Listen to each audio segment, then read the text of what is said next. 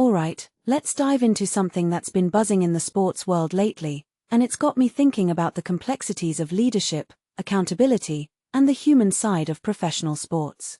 So, here's the deal. Josh Allen, the star quarterback for the Buffalo Bills, recently opened up about still feeling guilty over Sean McDermott's firing. Yeah, that's Sean McDermott, the guy who was let go after a heartbreaking divisional round overtime loss to the Broncos. But here's where it gets really intriguing. First off, what makes this really interesting is the timing and the context. McDermott's firing wasn't just another coaching change, it came after a game where Allen himself had 4 turnovers.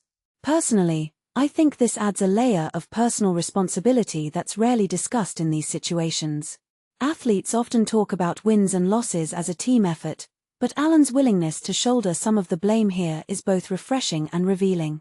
It's not just about the stats or the final score, it's about the human connection between a player and a coach, and how those relationships can linger long after the game ends. Now, let's zoom out for a second.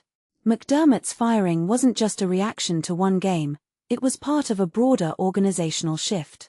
Brandon Beane got promoted to GM, Joe Brady stepped up as offensive coordinator. It's like the Bills were hitting a reset button. But here's the thing. These moves send mixed signals to the fanbase. On one hand, it's a clear push for Super Bowl contention, something the Bills haven't achieved since 1993. On the other hand, it puts immense pressure on Allen and the rest of the team. I mean, if you take a step back and think about it, McDermott's firing almost feels like a sacrifice at the altar of championship expectations. What this really suggests is that the organization is all in, but at what cost? What many people don't realize is how deeply these decisions affect the players. Allen's guilt isn't just about losing a coach, it's about losing a mentor, a leader, and someone who's been integral to his development. In my opinion, this raises a deeper question. How much say should players have in coaching decisions? Allen was heavily involved in the search for McDermott's successor, which is unusual. From my perspective, this blurs the line between player and management, and it's a trend I'm seeing more and more in sports.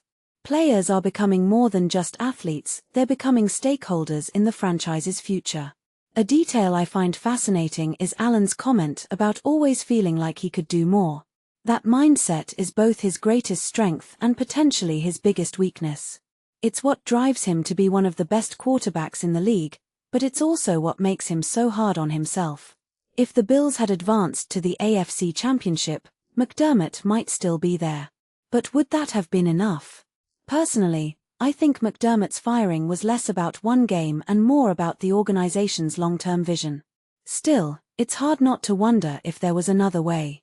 This whole situation also connects to a bigger trend in sports, the increasing impatience with coaches and the growing pressure to win now. McDermott took the Bills to heights they hadn't seen in decades, but one overtime loss, was enough to end his tenure. It's a reminder that in today's sports landscape, loyalty and long-term building are often secondary to immediate results. And that's a shame, in my opinion.